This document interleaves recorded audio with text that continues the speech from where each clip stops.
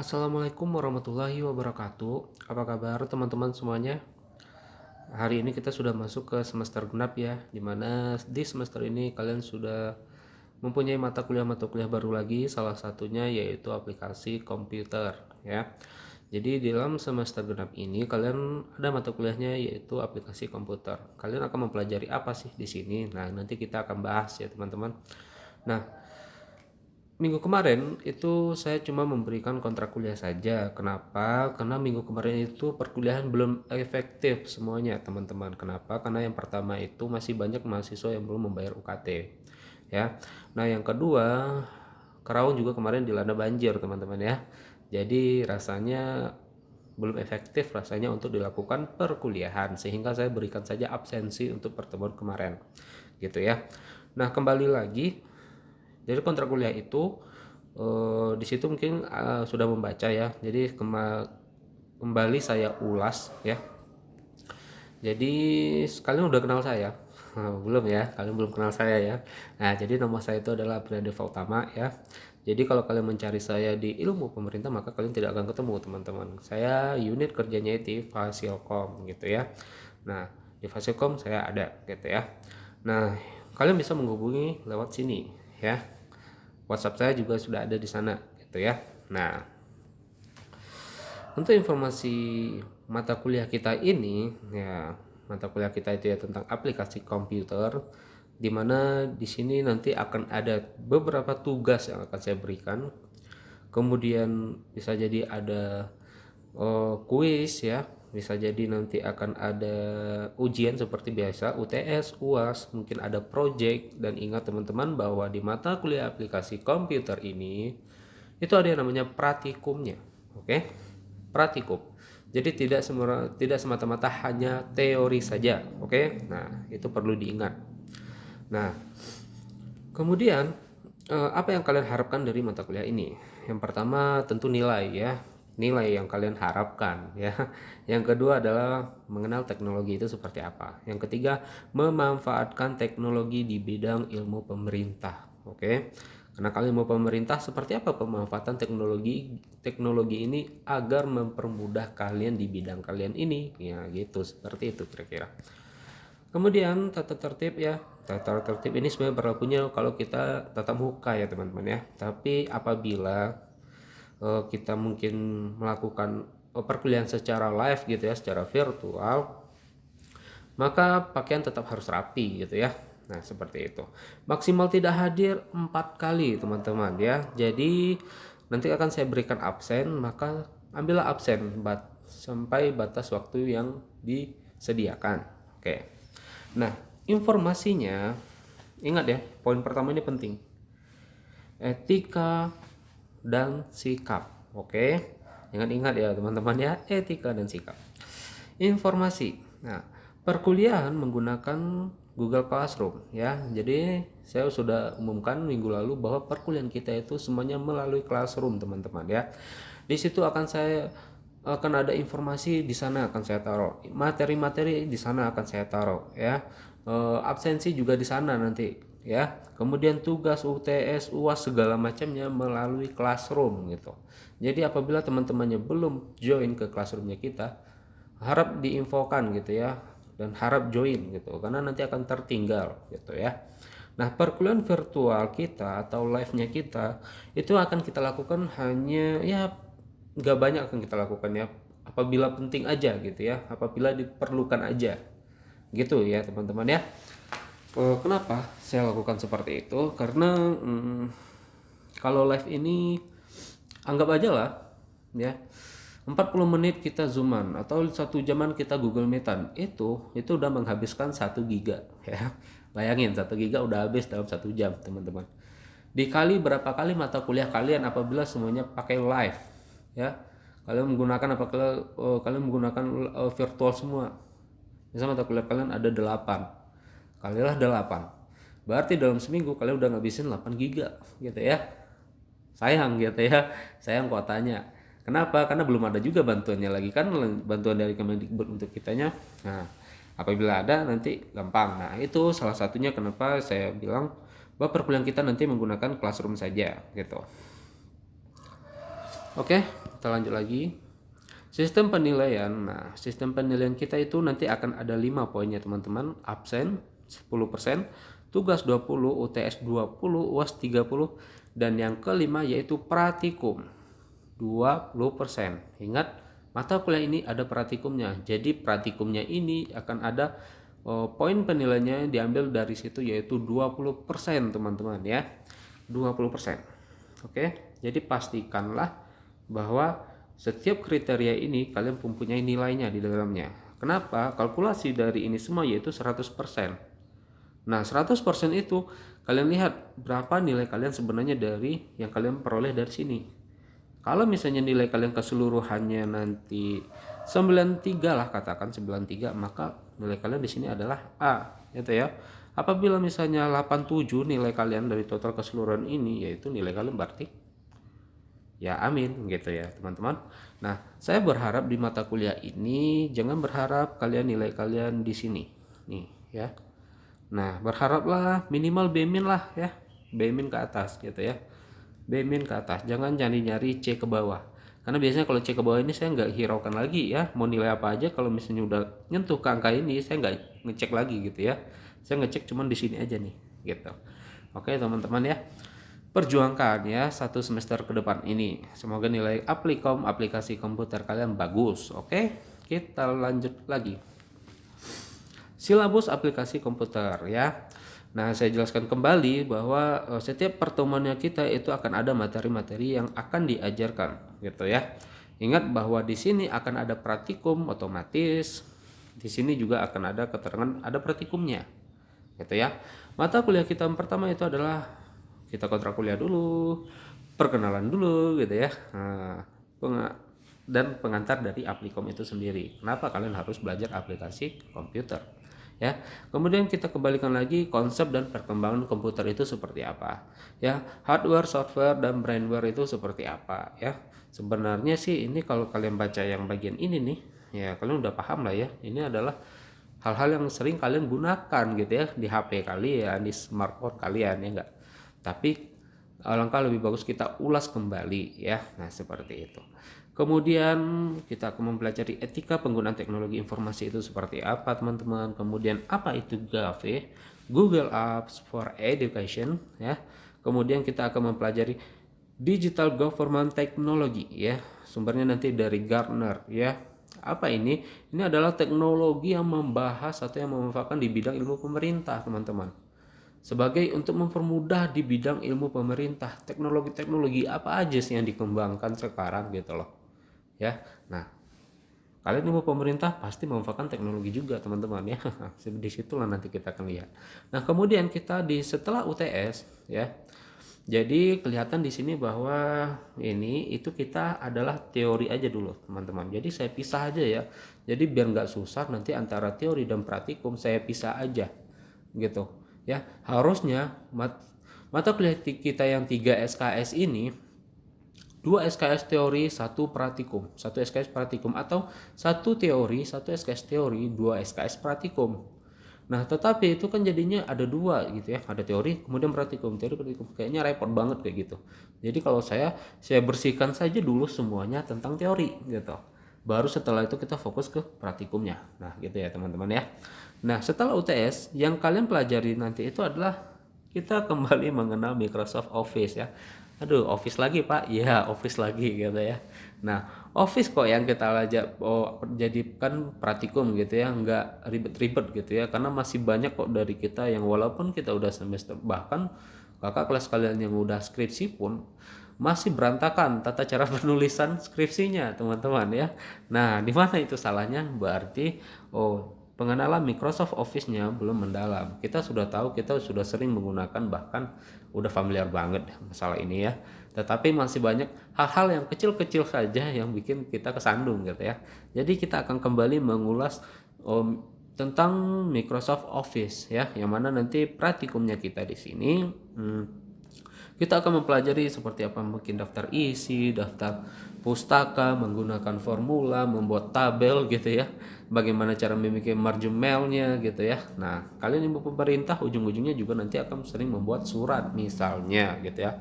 Nah, kemudian kita akan membahas PowerPoint PowerPoint ini apa nih paling mudah banget dari sekumpulan Microsoft Office, maka kalian bisa tentukan bahwa PowerPoint yang paling mudah dibikin gitu ya.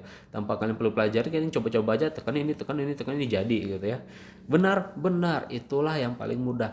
Tetapi apakah sudah benar yang kalian kerjakan? Apakah sudah benar presentasi atau PowerPoint yang harus dipresentasikan itu udah benar nggak yang udah kalian kerjakan itu? Nah, hati-hati. Masih banyak dari kita salah menggunakan PowerPoint. Ya, estetika penggunaannya, penerimaan untuk audiensnya itu nggak ketangkep. Nah, gitu ya. Misalnya, kita membahas tentang tema apa? E-governance misalnya, gitu ya. Tetapi dari tema PowerPoint yang kalian ambil itu tentang boneka-boneka gitu ya. Gambar backgroundnya itu tentang boneka gitu ya. Tentang apa gitu ya. Nah, jadi nggak sinkron gitu teman-teman.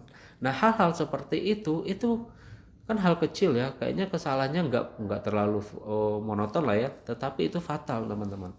Ya, itu fatal. Nah, kenapa? Karena kalian tidak diajarin bagaimana cara membuat PowerPoint sesuai dengan estetikanya. Nah, seperti itu. Banyak dari kita menggunakan warna, ya, bikin warnanya font ini warnanya ini, font ini warnanya ini, backgroundnya warnanya ini. Hati-hati.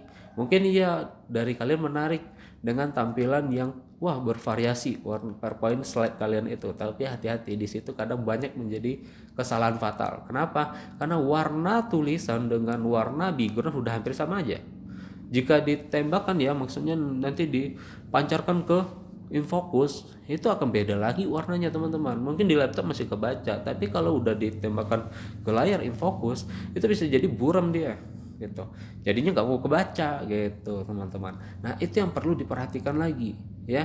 Dan juga estetika kalian membuat PowerPoint, misalnya di atasnya judul, ini judul ya kan, di sini isinya teks paragraf semuanya ya, sebanyak apa ya diisi laporan sebanyak itu juga teksnya di PowerPoint.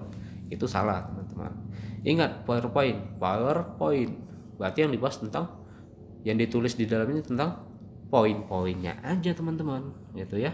Poin-poinnya aja yang dibahas, yang dituliskan di sana. Tugas kita lah yang menjelaskan gitu ya. Banyak dari salahnya dari kita membaca juga gitu ya. Kalau membaca mah audiens yang melihat slide-nya kita dia pandai membaca juga teman-teman. Buat apa gitu loh ya.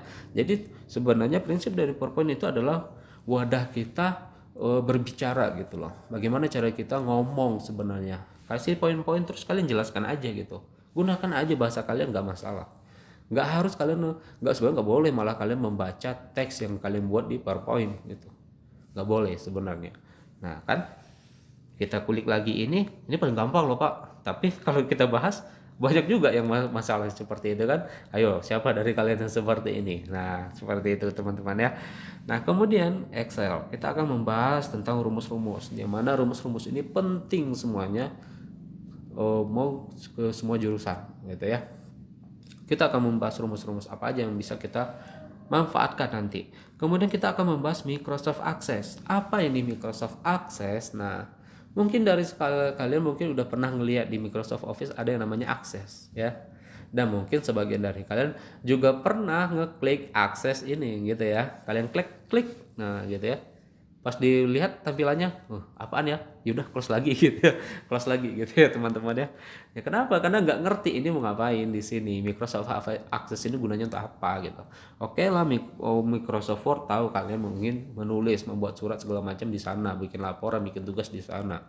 PowerPoint kalian udah ngerti bahwa wadahnya untuk mempresentasi ya, presentasi kalian punyai alat media, alat bantu ini untuk mempermudah audiens memahami apa yang kalian presentasikan ya enggak.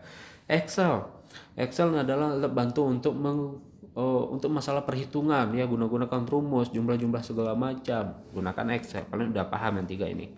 Tetapi Access gunanya untuk apa Pak? Gitu ya. Saya udah ngeklik loh Pak, saya udah buka. Tapi pas dilihat apaan ini ya? Yaudahlah, saya ambil kursornya, saya geser lagi ke pojok kanan atas, saya ambil silang gitu ya, close lagi gitu maksudnya ya. Kenapa? Karena nggak ngerti ini mau ngapain di sini gitu ya. Nah, Akses ini adalah pengolahan data teman-teman ya, mengelola data, menyimpan data ya, tempatnya database lah ibaratnya ya. Microsoft Access ini adalah database paling sederhana yang bisa kita gunakan untuk mengolah data. Nah, nanti kita akan bahas seperti apa dia. Nah, nanti kita akan bahas. Ya, contohnya seperti apa sih mengolah data database ini, seperti apa sih Pak ya. Nah, contohnya seperti ini teman-teman. Eh, contohnya data kalian misalnya KTP kalian aja lah, misalnya kalian punya KTP, punya data kalian itu tersimpan nggak sih di Capil misalnya? Di mana sih data kita simpan? Misal data kakak kita, data KTP-nya kita disimpan nggak itu di pemerintah, di Capilnya? Disimpan dong, disimpan. Nah, di mana dia wadah dia menyimpan? Yaitu di database. Nah, contohnya sederhana seperti itu. Oke teman-teman, langkah contoh lainnya, misalnya kalian punya rekening, punya misalnya terserah apapun lah jenis banknya gitu ya, jenis banknya kalian punya rekening, punya, berarti data kalian tersimpan dong di dalam. Iya, nah berarti di mana wadahnya disimpan? Di database-nya di sana. Oke, paham seperti itu. Nah, database-nya itu apa? Salah satu tools-nya untuk membuat sebuah database seperti itu, mengolah data seperti itu, yaitu adalah Microsoft Access. Ini yang paling sederhana teman-teman ya. Kalau di ilmu komputer ya, ini yang paling sederhananya. Tetapi untuk menyimpan data yang paling besar sekalipun seperti di Capil, di pemerintah, di bank-bank segala macam, tidak menggunakan ini gitu ya, menggunakan tools-tools lain yang lebih besar lagi cakupannya. Nah, kalian perlu mempelajari ini. Kenapa? Karena di ilmu pemerintah kalian wajib menyimpan data-data rakyat kalian gitu ya. Saya nggak ngerti ya ilmu pemerintah ini nanti kerjanya di bagian apa. Bisa jadi di bagian pemerintah udah pasti gitu ya, entah bagian kementerian kah, entah bagian bagian ini bagian itu segala macam, yang penting berhubungan dengan pemerintah. Nah mungkin di situ ya, tetapi ingatlah bahwa pemerintah itu adalah mengurus, intinya kan cuma mengurus rakyat ya kan, mengurus masyarakat gitu loh. Data-datanya yang disimpan pasti berhubungan dengan ini nih. Oke. Nah gitu ya teman-teman, ini adalah silabus kita yang akan kita pelajari selama 1 semester ke depan teman-teman. Jadi pastikan kembali bahwa pertemuan pertama sampai kita UTS di sini itu adalah teori. Setelah UTS maka kita akan masuk ke praktikumnya aja teman-teman. Oke?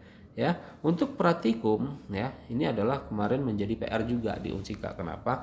Bagaimana cara kita menerapkan praktikum, Pak? Sedangkan kondisinya sekarang itu masih ya, kita juga masih online kok ya, belum bisa tatap muka juga. Dan seperti apa prosesnya? Nah, bagi saya, kalau saya mengalami perkuliahan praktikum di saat kondisi ini, maka untuk praktikum ini kalian menggunakan laptop kalian saja. Oke, praktikumnya kita menggunakan laptop kalian saja. Kalian sudah punya laptop semuanya? Udah punya belum? Nah, bagi yang belum punya, ya mungkin kakaknya punya, atau orang tuanya punya, atau mungkin saudaranya punya. Ya udahlah pinjam aja bagi yang nggak punya. Tapi kalau yang udah punya ya syukur alhamdulillah gitu ya. Nah, kenapa? Kalau misalnya udah punya udah gampang. Nah, yang penting di dalam laptopnya kalian pastikan sudah ada Microsoft Office-nya, teman-teman. Ya. Microsoft Office-nya. Oke. Terserah mau versi berapa aja. Ya, mau versi Office 2010, mau Office 2013, mau Office 2016, terserah nggak apa-apa. Atau kalian mau gunakan Office 2019 yang terbaru sekalipun, atau 365 sekalipun nggak masalah teman-teman ya. Kalian mau gunakan yang versi lawas juga nggak apa-apa, Office 2007 misalnya ya, nggak apa-apa. Hanya saja perbedaannya itu akan terlihat di 2007 teman-teman ya. Office 2007 dengan versi yang 2010 itu jauh berbeda ya, agak berbeda gitu, tapi sebenarnya sama aja, bisa aja digunakan gitu ya, cuman agak beda-beda, nguliknya agak beda dikit aja gitu ya. Tetapi versi 2010 Office 2010, 2013, 2016, 19 itu hampir sama ya, hanya beda itu 2007 aja kalau kalian menggunakan yang 2007 ya, nggak apa-apa ya. Ingat ya teman-teman, kalian harus punya laptop di sini dan pastikan Office kalian itu ada. Oke, setelah UTS. Paham ya teman-teman? Oke. Ini adalah salah satu yang selalu saya jelaskan sebelum awal-awal perkuliahan ke mahasiswa. Kenapa? Perhatikan 3 poin ini. Skill, pengetahuan, dan etika. Ya, seberapa tinggi skill kalian, seberapa jauh pengetahuan, apabila tidak diiringi dengan etika yang baik, maka kalian hanya dinilai dari pengaruh keduanya itu cuman 10 sampai 20% teman-teman. Oke. Paham ya? Apabila kalian mempunyai etika yang sangat baik, walaupun mungkin pengetahuan kalian kurang, walaupun skill kalian pun kurang, oke, yang kedua ini, kalian masih mempunyai nilai di mata masyarakat. Ya, berapa nilainya? Pengaruhnya besar loh teman-teman. 80-90%. Tamat kalian dari kuliah, otomatis kalian akan mencari kerja. Ya enggak? Yang akan dilihat dulu oleh perusahaan-perusahaan HRD yang menseleksi kalian itu adalah ini dulu, teman-teman. Oke, pahami di sini teman-teman ya. Skill nomor sekian, pengetahuan nomor sekian. Karena yang dipentingkan dari perusahaan itu adalah etika. Begitu juga perkuliahan dengan saya. Yang akan saya lihat itu adalah etika kalian. Ya. Ya, walaupun kita misalnya online dan bahkan tidak jarang akan melakukan live, itu juga akan kelihatan kok seperti apa etika kalian teman-teman. Dari apa? Dari absensi, dari tugas yang saya berikan, seperti apa yang saya perintahkan gitu ya teman-teman ya. Nah, akan kelihatan apa tujuannya ini? Ini adalah untuk merubah karakter kalian teman-teman menjadi lebih baik lagi gitu. Ya, kalian misalnya punya skill yang udah bagus mungkinnya di bidang komputer ya, walaupun kalian ilmu pemerintah, kalian bukan berarti kalian tidak tahu tentang komputer. Pasti dari kalian ini ada yang udah expert banget tentang komputer, bahkan mungkin udah pandai mendesain segala macem, ya kan? Ada kan? Pasti ada. Saya nggak mustahil kalau nggak ada. Kenapa? Karena mendapat ilmu sekarang ini udah gampang kok ya, semenjak ada teknologi. Ilmu apapun kalian bisa kalian pelajari tanpa harus di sekolah lagi. Bisa sekarang yang bisa. Dulu waktu saya zaman SD masih tahun 2000-an itu nggak ada. Kalau kalian ngambil jurusan ini, udah jurusan ini aja, kalian nggak akan bisa nyentuh jurusan lain untuk kalian pelajari. Kenapa? Karena memang nggak ada medianya gitu loh. Kalau sekarang mau media apa aja, kalian tinggal search aja di Google, ya kan? Ada semuanya. Kalian lihat aja di YouTube tutorialnya, ada semua. Dan kalian gampang mempelajarinya gitu ya. Dari kalian pasti ada yang udah expert tentang komputer, setidaknya mendesain pasti udah tahu, ya kan? Ada yang udah expert. Tetapi apabila skill kalian mau setinggi apapun di bidang komputer, pengetahuan kalian bahkan melebihi saya di bidang komputer, nggak masalah teman-teman ya, itu jauh lebih bagus malah ya. Tetapi apabila etika kalian tidak ada di sini, maka ini sama saja dengan nih, apa nih artinya? Silang ya. Kenapa? Karena etika inilah yang mempengaruhi kalian di lingkungan masyarakat. Etika inilah yang mempengaruhi kalian untuk mendapatkan pekerjaan teman-teman. Oke, pekerjaan itu kalau diwawancara itu adalah salah satu dia udah menilai bagaimana etika kalian. Gak akan dilihat skill kalian, gak akan dilihat pengetahuan kalian, yang akan dilihat yang pertama itu adalah etika kalian. Oke, seperti itulah saya di dalam perkuliahan. Maka etika perlu dijaga. Tujuannya apa? Tujuannya buat kebaikan kalian teman-teman, gitu ya. Kalau ada pertanyaan silakan nanti ditulis di kolom komentar teman-teman. Oke. Nah, jadi sekarang saya akan membahas perkuliahan kita ini ya. Nah, jadi perkuliahannya kita ini, oke, udah santai ya teman-teman, santai. Membahas ini kalian jadinya tegang gitu ya, santai ya teman-teman ya. Nah, perkuliahan kita ini jadi tidak akan apa ya, saya bikin perkuliahan ilmu secara online ini adalah seperti ini, tidak berdasarkan jadwal yang telah diberikan ya, karena ada jadwal dari kalian udah beli, Pak kita kuliah hari ini jam segini gitu ya, hari ini jam segini gitu. Nah, kenapa saya pindahkan semuanya di hari Jumat teman-teman? Ini adalah untuk mempermudah sebenarnya, mempermudah kalian juga sebenarnya, dan mempermudah saya juga. Kenapa? Karena kalau saya harus mempersiapkan materinya dulu gitu, mempersiapkan materi gitu ya, apalagi secara online gini.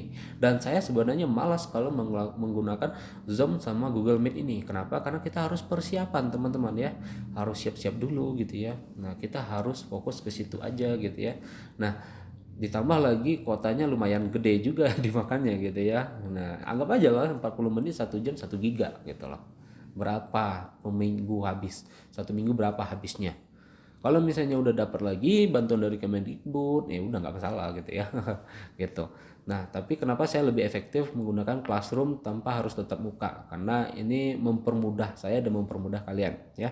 Mempermudah kalian kalau misalnya menggunakan Classroom, kalian bebas kalian mau akses jam berapa aja di hari Jumat. Kenapa saya pindahkan di hari Jumat? Karena untuk hari Senin sampai hari Kamis itu saya mempersiapkan materinya.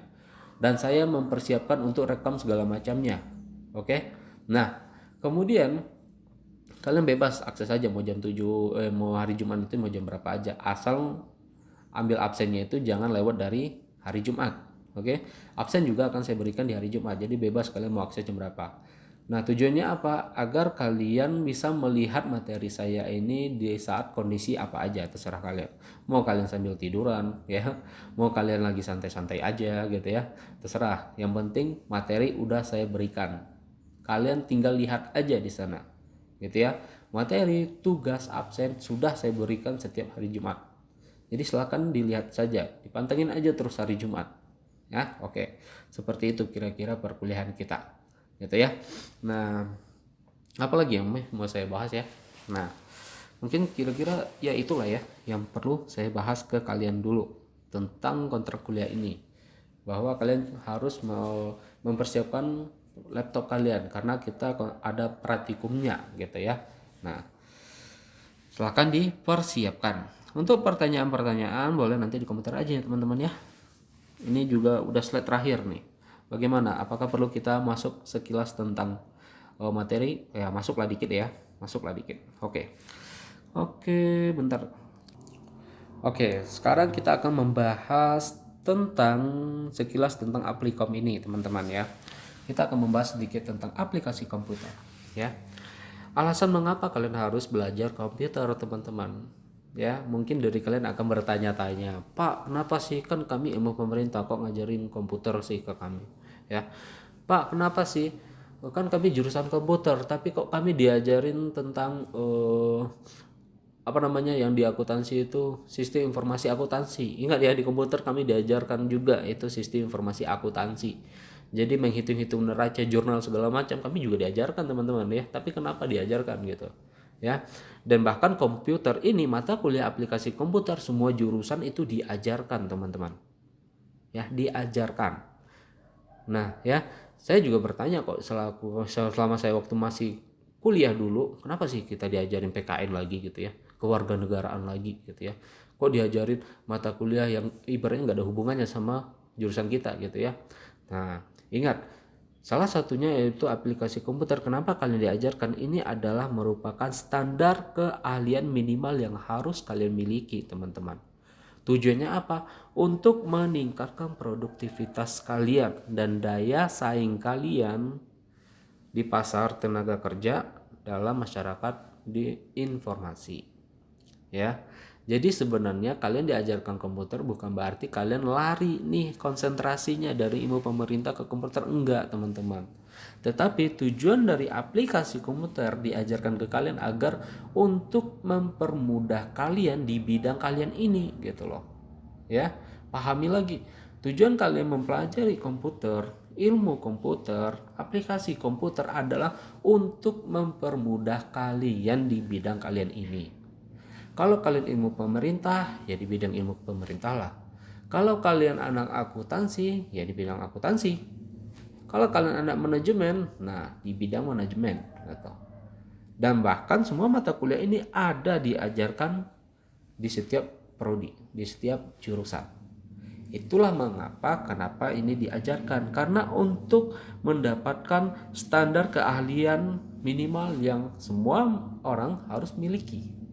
Gitu ya. Enggak expert enggak, tetapi kalian tahu. Ya, seperti itu. Apa yang dibutuhkan sih di ilmu pemerintah gitu ya. Nah, kalian harus tahu juga teknologi seperti apa. Ya. Nah, seperti itu. Itulah kenapa mata kuliah ini diajarkan teman-teman ya. Nah kemudian ada nggak kalian belajar bahasa Indonesia di ilmu pemerintah misalnya? Kalau di ilmu komputer itu diajarkan loh bahasa Indonesia. Kalian diajarkan nggak? Wah, kayaknya ada ya. Kenapa itu diajarkan nggak? Bertanya kak kalian, kok Pak kok kami diajarkan ya bahasa Indonesia, kan jurusan kami kan nggak ini gitu loh, ya nggak? Nah siapa yang bilang seperti itu? Nggak masalah kalian bertanya seperti itu. Tetapi ketahuilah, ternyata saya juga bertanya loh teman-teman, kok bahasa Indonesia diajarin lagi sih gitu loh. Saya kan jurusannya komputer, kok di bahasa Indonesia diajarin lagi gitu. Ya. Nah, ternyata tujuannya bahasa Indonesia diajarkan terasanya di saya waktu skripsi, teman-teman. Skripsi barulah saya ngulik-ngulik lagi bahasa Indonesia. Kenapa? Tata cara penulisan di skripsi itu sangat-sangat detail banget dinilai. Oke, salah saja itu spasinya, ya, mana kata dihubungkan, mana kata yang harus dipisahkan, mana titik, mana komanya, mana yang salah-salah tulisannya. Nah, kan ujung-ujungnya bahasa Indonesia lagi dong yang dilihat. Iya. Nah, belum lagi bikin daftar pustakanya, mana yang didahulukan, namanya, nama belakang apa nama depannya, kemudian tahun atau judulnya segala macam. Itu kembali ngelihat ke bahasa Indonesia loh, teman-teman. Nah, jadi itu akhirnya oh iya ternyata mata kuliah bahasa Indonesia yang diajarkan dulu itu penting ya ternyata. Seperti itu kira-kira teman-teman. Nggak kelihatannya sekarang teman-teman. Suatu nanti baru kelihatan gitu loh. Nah, seperti itulah kira-kira ya. Jadi itulah kenapa kalian diajarkan mata kuliah yang mungkin ini nggak jurusan kalian gitu ya, tetapi ini penting untuk menunjang pada bidang kalian ini gitu. Salah satunya adalah ilmu komputer gitu. Jadi tujuan kalian belajar mata kuliah ini adalah untuk mendapatkan keahlian standar kalian minimal di sini ya, untuk meningkatkan produktivitas kalian. Agar apa? Agar mempermudah kalian di bidang kalian. Nah, seperti itu alasannya kenapa kalian diajarkan aplikasi komputer, teman-teman ya. Jadi jangan sampai bertanya lagi karena ini udah kebutuhan banget malah.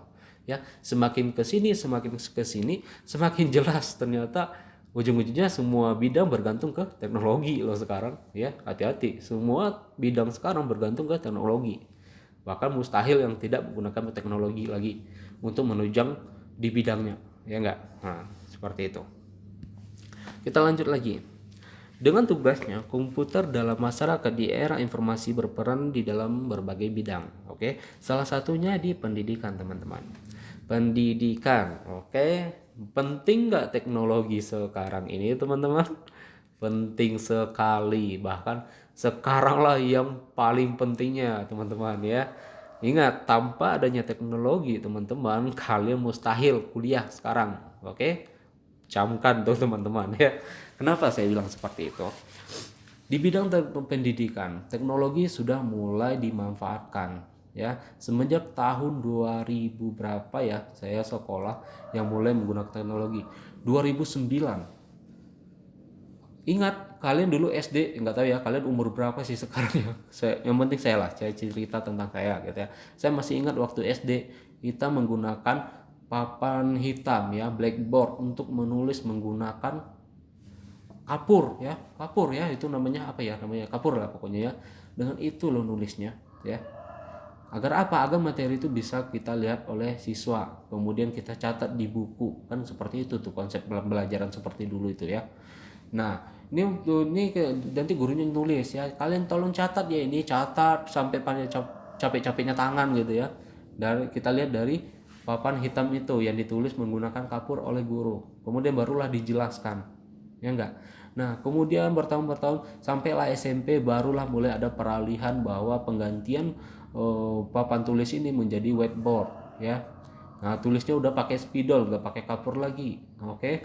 Nah, pakai spidol nih. Oke lah, udah mulai naik-naik lah gitu ya teknologinya, walaupun masih teknologi primitif ya, nggak masalah ya kan. Nah, lanjut lagi waktu SMK lah saya baru ketemu yang menggunakan infocus. Di sini peralihannya besar-besar banget nih ya. Guru dituntut pandai teknologi dulu dasarnya, dan setiap guru harus mempunyai media teknologinya, entah itu komputer di kelasnya, entah itu laptop gitu ya teman-teman.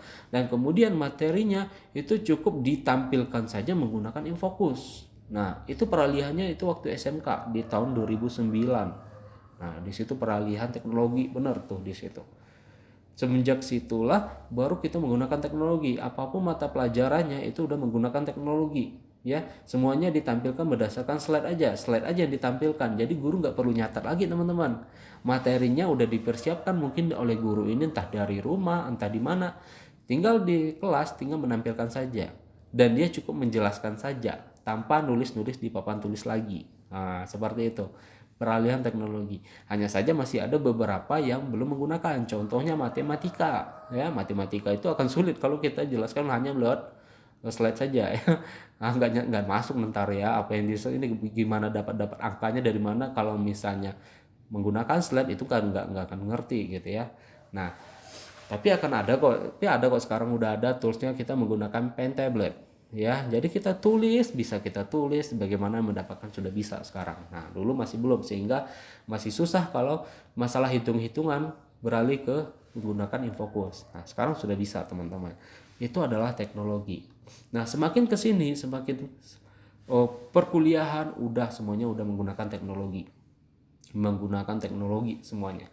Nggak ada lagi yang kita suruh nyatat-nyatat ini buku paketnya, kalau kalian ringkas ya, kemudian silakan kalian jawab pertanyaan-pertanyaan ini ya. Nggak ada lagi di kuliah, udah nggak ada lagi seperti itu teman-teman ya. Dan sekarang lah terasa di saat adanya pandemi ini, di sini benar-benar teknologi full 100% teknologi yang digunakan untuk melancarkan pembelajaran ini ya enggak.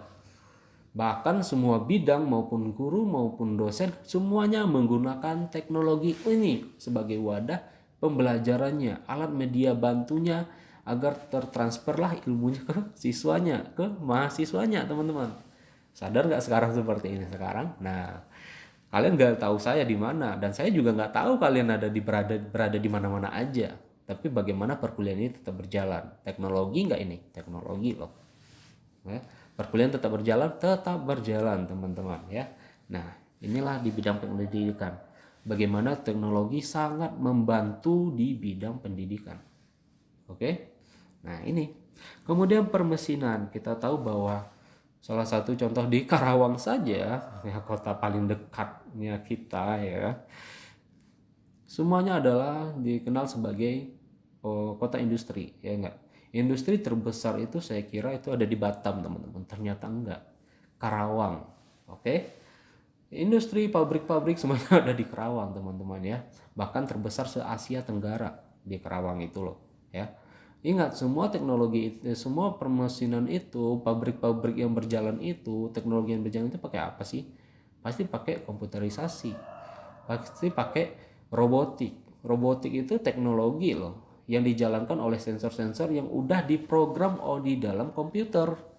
Jadi akhirnya tinggal tekan ini berjalanlah ini, tekan ini berjalan ini, kan seperti itu ya enggak. Itu dari apa? Dari teknologi ya. Tidak ada lagi pabrik yang menggunakan secara manual, yang masih menggunakan tenaga manusia semuanya, enggak. Semuanya udah menggunakan teknologi robotik, yang mana robotik itu diprogram oleh komputer. Oke, nah seperti itu teman-teman. Kemiliteran seperti itu juga. Kesempatan kerja juga seperti itu. Saya masih ingat waktu saya mencari kerja tamat kuliah ya, waktu tahun 2015 atau 2016 gitu ya. Cari kerja masih menggunakan media pos ya, masukin lamaran ke pos, kemudian nanti pos yang mengirimkan. Kemana kita bisa lihat informasi lamaran ini? Ke mading loh ya, mading yang ada di pos. Kalau nggak ngeliat di surat kabar ya, dulu belum zamannya ngeliat informasi lewat internet teman-teman ya, semuanya lewat mading. Nah, seperti itulah susahnya mencari kerja. Tetapi sekarang semua kerja, bahkan lowongan-lowongan pun itu udah jarang menggunakan media pos lagi, lebih cenderung dia menggunakan teknologi. Kenapa? Karena Google yang namanya internet sudah melejit untuk digunakan, sehingga mereka tinggal memanfaatkan internet saja untuk membagikan lowongan. Dan kita sebagai pencari kerja, kita cukup apply lewat websitenya saja, lewat emailnya saja untuk memasukkan lamaran kita. Nah, teknologi semua nggak sekarang? Teknologi semua. Jadi apabila kalian menggunakan pos juga, wah maka tertinggal lah kalian gitu ya. Seperti itu teman-teman. Hiburan menggunakan teknologi, iya ya enggak. Perhatikan nih ya, dulu zamannya TV ya enggak. TV ini semuanya hiburan kita itu melalui TV, jadi kalian cenderung ke TV ya enggak. Semenjak datangnya dunia smartphone ini teman-teman, ini yang merusak pasar sebenarnya, merusak segala macamnya dari smartphone inilah ya. Dari semenjak smartphone inilah akhirnya kita lebih cenderung banyak menonton ke smartphone. Kenapa? Karena smartphone namanya smart, semuanya bisa diakses dan semuanya bisa kita gunakan. Ya enggak? Kita lebih cenderung menggunakan nonton YouTube. Kita lebih senang menggunakan sosial medianya. Kita lebih senang menggunakan nonton TV secara streaming misalnya, ya enggak? Akhirnya TV ini sekarang lihat, persentasinya udah mulai menurun lah sekarang yang menggunakan TV. Perhatikan aja, ya. Hanya saja mungkin kalau di perkampungan masih menggunakan TV, tapi di perkotaan udah 50% orang tidak bergantung ke TV lagi, tetapi hanya ke smartphone. Ya enggak? Perhatikan deh. Makanya sekarang saya lihat banyak siaran-siaran TV. Itu banyak siaran-siaran acara-acara yang sudah enggak berkualitas lagi menurut saya. Ya enggak? Kenapa bisa seperti itu? Karena mungkin dari stasiun TV ini sudah sulit untuk menggajinya. Artis-artis yang mau dikontraknya ini gajinya dari mana gitu loh, ya. Karena juga presentasi orang yang lihat TV juga udah mulai menurun gitu. Dan akhirnya wajarlah sekarang kenapa akhirnya YouTube channel itu yang diangkat sekarang di TV. Perhatikan deh, ya enggak? Bukannya itu akhirnya itu adalah channel-channel YouTube tuh yang diangkat ke TV. Kenapa? Karena itu adalah mempersingkat atau tidak memperbesar biaya produksi, biaya pembayaran. Akhirnya itulah yang diangkat. Ya enggak? Udah banyak enggak sekarang channel-channel YouTube yang diangkat ke TV? Banyak kan? Nah, salah satunya faktornya teman-teman tuh hiburan menggunakan teknologi. Nah, seperti itu ya. Akhirnya teknologi itulah semuanya bergantungnya kita gitu ya. Nah, seperti itu. Bisnis, industri, kedokteran menggunakan teknologi, ya teman-teman, menggunakan teknologi mereka ini ya. Apalagi bisnis. Bisnis sekarang, dulu kita masih menggunakan pasar gitu ya. Kita harus ke tempat untuk melakukan perbelanjaan gitu ya. Bisnis itu dilakukan di tempat, entah di pasar kah, ya kan. Nah sekarang nggak seperti itu lagi. Kalian lihat deh mall sekarang, ya, rame nggak orang beli-beli di sana? Nggak. Rame nggak orang lewat? Banyak ya. Yang lewat-lewat kalau cuma ngeliat-ngeliat nyuci mata itu masih banyak itu di mall ya. Beli mah kagak gitu ya teman-teman ya. Tapi ngeliat-ngeliat doang gitu ya. Itu adalah salah satu kenapa, karena faktor teknologi tadi. Ya, bisnis pemasaran itu sudah menggunakan via online teman-teman ya.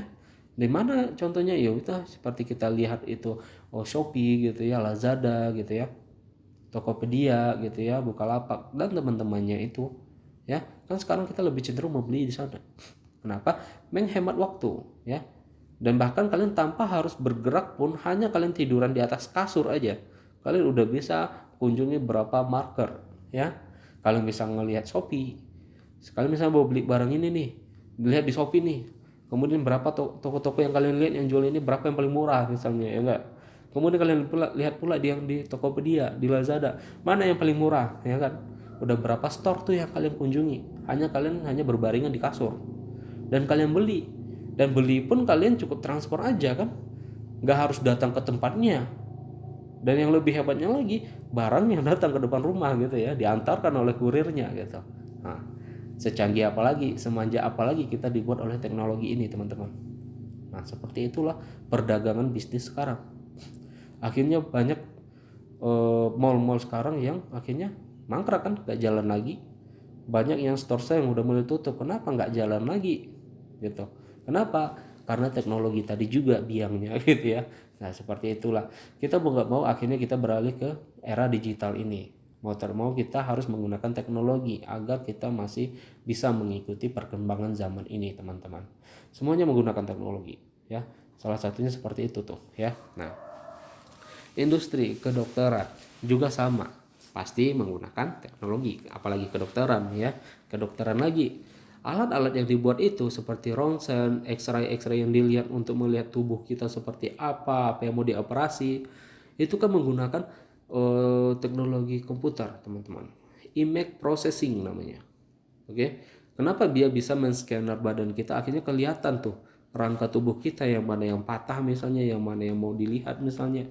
Ya, anggap saja nih dokter, misalnya kalian tumor otak nih ya, misalnya ya enggak. Kemudian kalian cek ke dokter, ke rumah sakit. Nah, nggak mungkin kan dokternya bilang, yaudah Pak, saya belah dulu kepalanya ya. Nggak mungkin teman-teman. Saya mau cek yang mana nih tumornya sebelah mana gitu ya.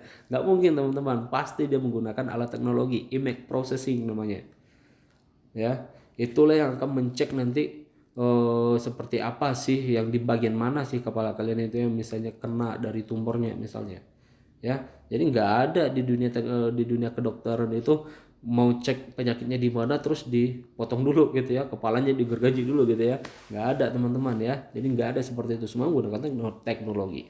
Udah ketahuan barulah dioperasi ya, seperti itu. Jadi ketahuan bahwa di semua bidang ini semuanya menggunakan teknologi. Apalagi kalian di ilmu pemerintah teman-teman ya, menggunakan teknologi pasti ya. Contohnya apa, apapun segala macam ini adalah perkuliahan seperti ini kan adalah salah satu langkah yang dilakukan oleh Kemendikbuddikti ya, perkuliahan seperti ini ya kan. Kemudian apapun yang berhubungan, contohnya CPNS kemarin itu kan sebenarnya yang buat adalah Dikti. Nah dulu untuk mendaftar CPNS, ujian CPNS menggunakan kertas.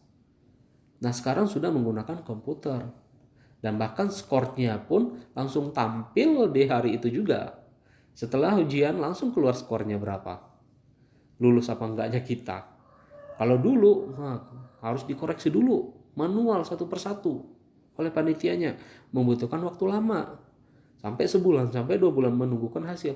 Dan ini hanya kedipan mata doang, kita tekan finish langsung keluar hasilnya, menyatakan bahwa skor kalian segini, kalian lulus apa enggak gitu loh. Nah, teknologi lagi teman-teman ya. Nah, seperti itulah kira-kira teknologi ini teman-teman ya. Nah, inilah kenapa alasannya kenapa kalian diajarkan komputer teman-teman ya. Teknologi ini diajarkan agar apa? Agar menunjang kebutuhan kalian di bidang tersebut gitu. Nah, minggu besok kita akan membahas tentang definisi komputer teman-teman ya. Definisi komputer, perkembangan komputer itu seperti apa ya, seperti apa teknologi yang kita rasakan sekarang, tentu tidak lepas yang namanya dari sejarah ya. Nah seperti apa perkembangan komputer ini, tentu kita akan lihat juga seperti apa sih komputer ini dulu ya, kenapa dia bisa sampai seperti yang kita rasakan sekarang ini ya, sampai smartphone yang kita rasakan sekarang ini. Nah kita akan membahas besok minggu depan, oke? Nah silahkan disimak materi ini. Kalau ada yang pertanyaan yang kurang paham, silahkan diulang lagi nanti ini materinya, atau boleh kalian tulis aja komentar ya. Ini udah hampir 1 jam teman-teman ya. Saya rasa cukup untuk hari ini. Baik, saya akhiri. Assalamualaikum warahmatullahi wabarakatuh.